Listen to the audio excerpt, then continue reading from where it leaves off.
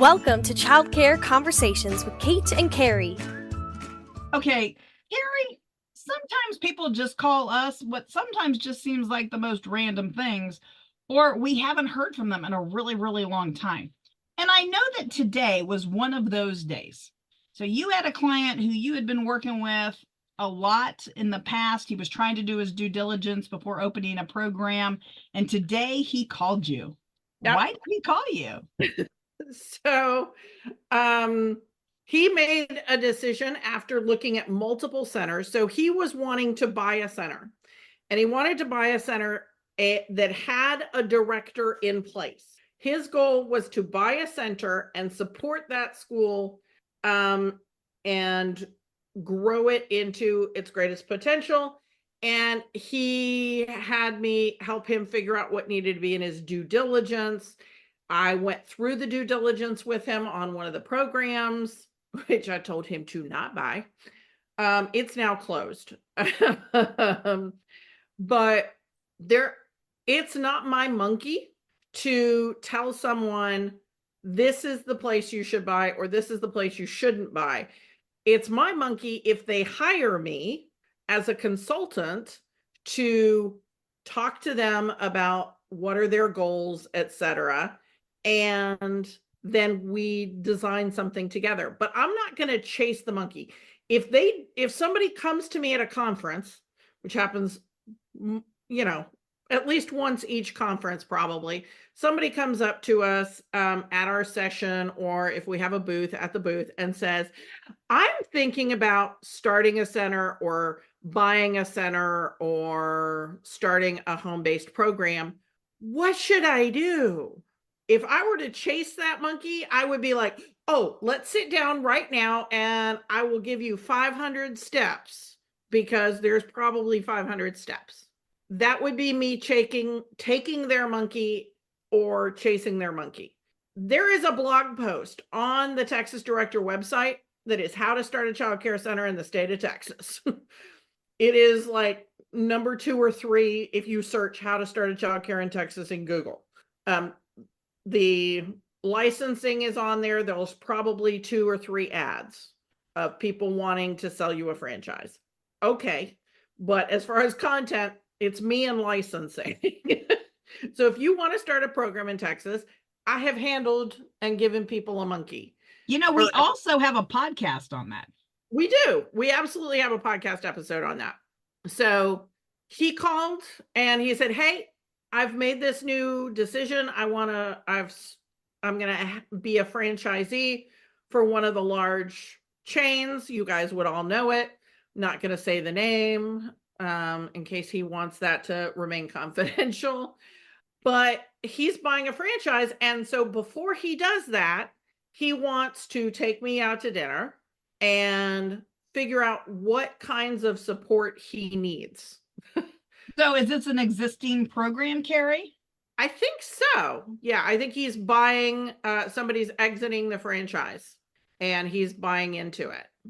So that's always great to know. So if you're listening and you're thinking you are interested in expanding, or you're a director and you're thinking you might want to own, remember that there's always that option. And so if you see programs that you see a lot of, so if you see several of them, there's a pretty good chance it might be a franchise.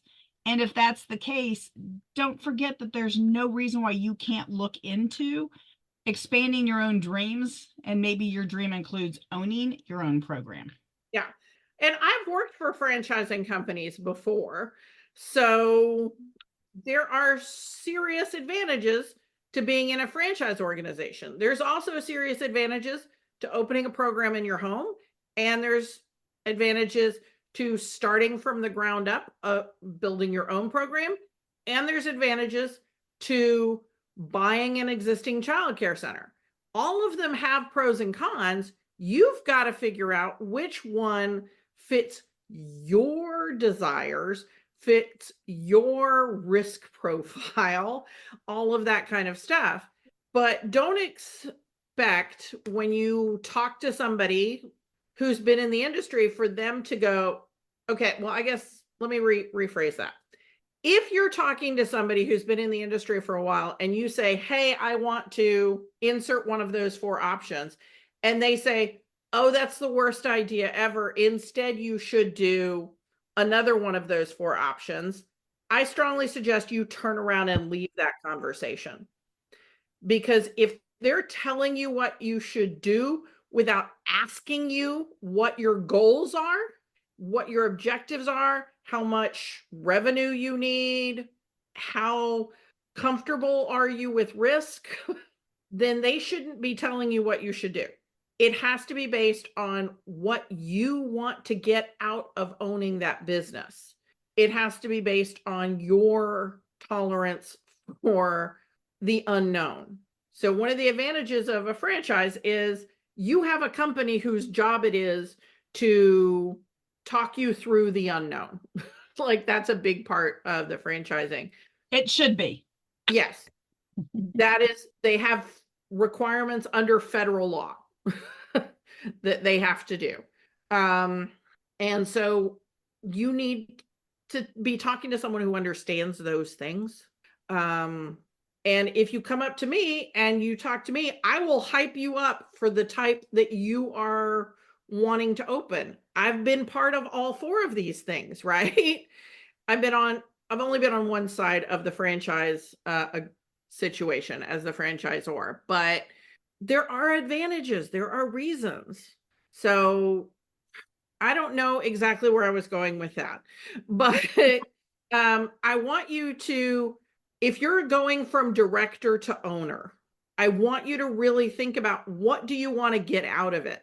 What is your why for making that step from director to owner? Okay, I got 2 cents to add to that. I want you to think about how and when do you leave?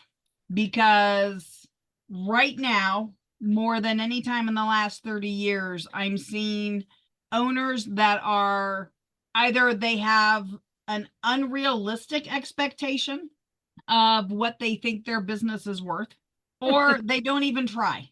So we've got some real extremes here. And it's kind of like, depending on where you are in the country, probably even selling houses, right? You've got some people that seem to think that, all the other houses last year or 2 years ago or 3 years ago were selling for, double or triple their appraised value, and they think they should still be able to get that. Well, that may not still be the market. And so that happens if you know somebody who was able to buy their property and they were able to do it really economically, and now they're trying to sell it for this massive profit. Believe it or not, funders know. So if you can't get a loan, it may be because those numbers are not matching what the bankers are doing their due diligence on. So, I mean, I think that's definitely part of it. But there's also a whole bunch of people who are baby boomers or elder Gen X who are like, I've run this business for 25 years, for 30 years, and I'm done.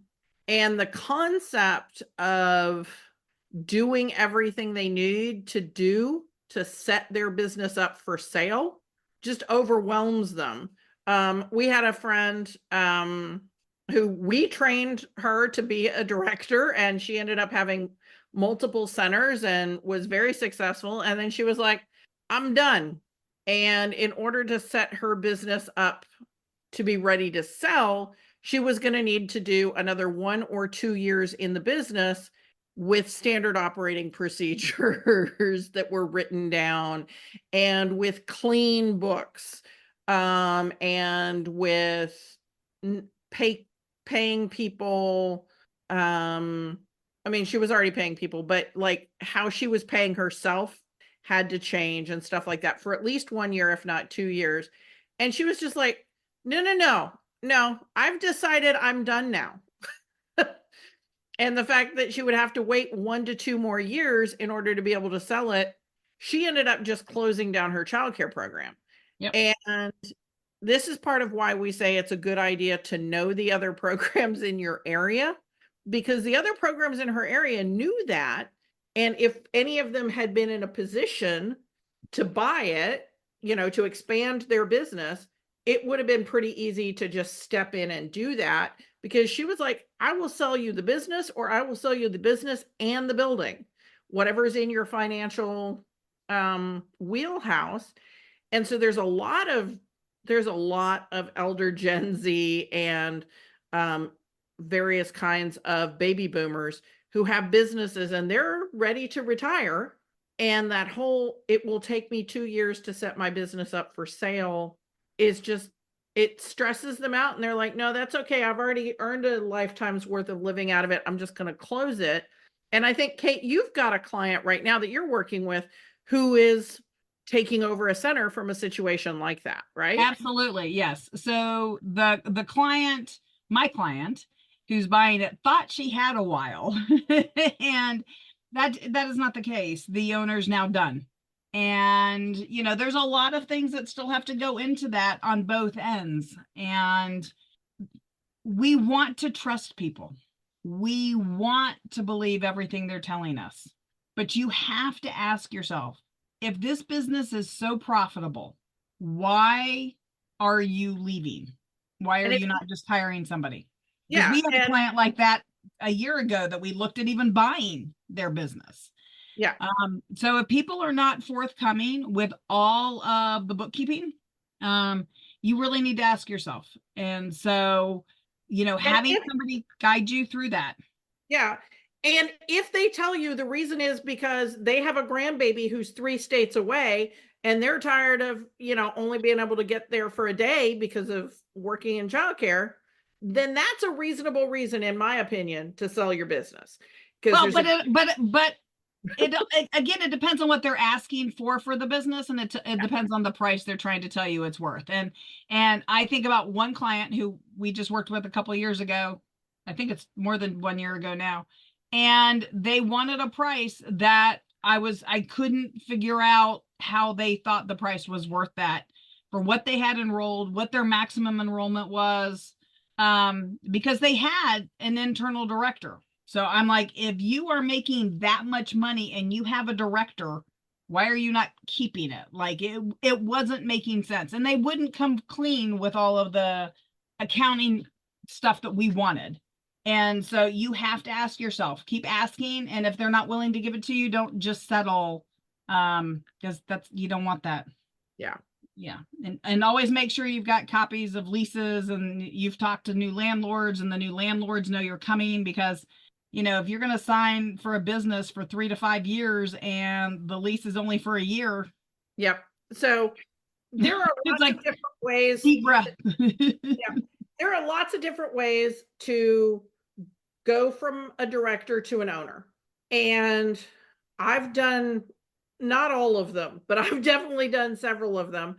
And I've helped other people do the ones I haven't done. And Kate has helped people do multiples as well. And she had a program that she owned as well. But she did I'm done with this and I'm closing it. She didn't sell her business to anybody. She just closed it. So we understand why it's a lot to think through, how do I sell this business? We've been there. This is probably a very unusual podcast episode for us, and it's not where we thought we were going to go. No, I was like, how did we end up here, Carrie? Because this is not where we were going. No. Our plan for this talk was to talk about monkey management, and somehow we're in this totally other place. But I'm going to presume that the person listening this far into the podcast needed this episode. And so we are being led to create this episode because there's somebody who absolutely needs it. And if you are that person, please make sure that you have somebody who is a consultant or a coach who is helping you make that decision, because there are so many monkeys involved in doing this. There are elements of due diligence. There's elements of your business plan. There's elements of the relationship with your banker, with a realtor, with zoning. Oh, I've got goosebumps just trying to think through all of the different types of things. And so you need someone to support you in stepping into the ownership role, who knows all of the things, and they may not have it in one list, but over the course of conversations, they're going to bring all of that to light for you so that you don't get in a situation like we've had many people who come through the director course who are like, we're opening our center next week. And I'm like, oh, great. How did your certificate of occupancy inspection go? And they went, what, who? And they've never heard of a certificate of occupancy and didn't know they needed one. They didn't know they needed a health inspection, a fire inspection, and they think they're opening in a week. And they've got parents signed up to be there in a week, or they don't have insurance, or, there's lots of things that have come up over the years where people think they're about to open a program and there's a big piece missing.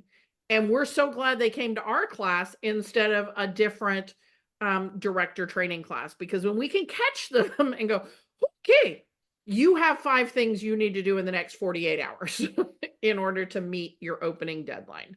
Well, and absolutely. And, one of the things that we didn't talk about, which could be a whole series in itself, and I think we've done one before, is the financial piece. And so if you are in a hurry, because you've got to be able to pay your own personal bills, and you are in a lease that you're trying to figure out you don't have a business running and you've got to pay rent, we understand that. And in the future, if you can hear this beforehand, call us. Let's help you get prepped. Because right now, those are some of our biggest concerns. Where are you before financially? And where do you want to be when you leave, when you're done financially? So we are so glad that you guys joined us. Carrie's got a fun little thing to say. Share this. I don't know what I said last time that you got all remember either. Share this show with people who need to know what we had to say. I think we should share the show for those who need to know. There you go. All right. And we have an email address, Kate and Carrie at childcareconversations.com. And we hope to see you soon. Okie dokie. Bye-bye. Thank you for listening to Childcare Conversations with Kate and Carrie. Want to learn more? Check out our website at texasdirector.org. And if you've learned anything today, leave us a comment below and share the show.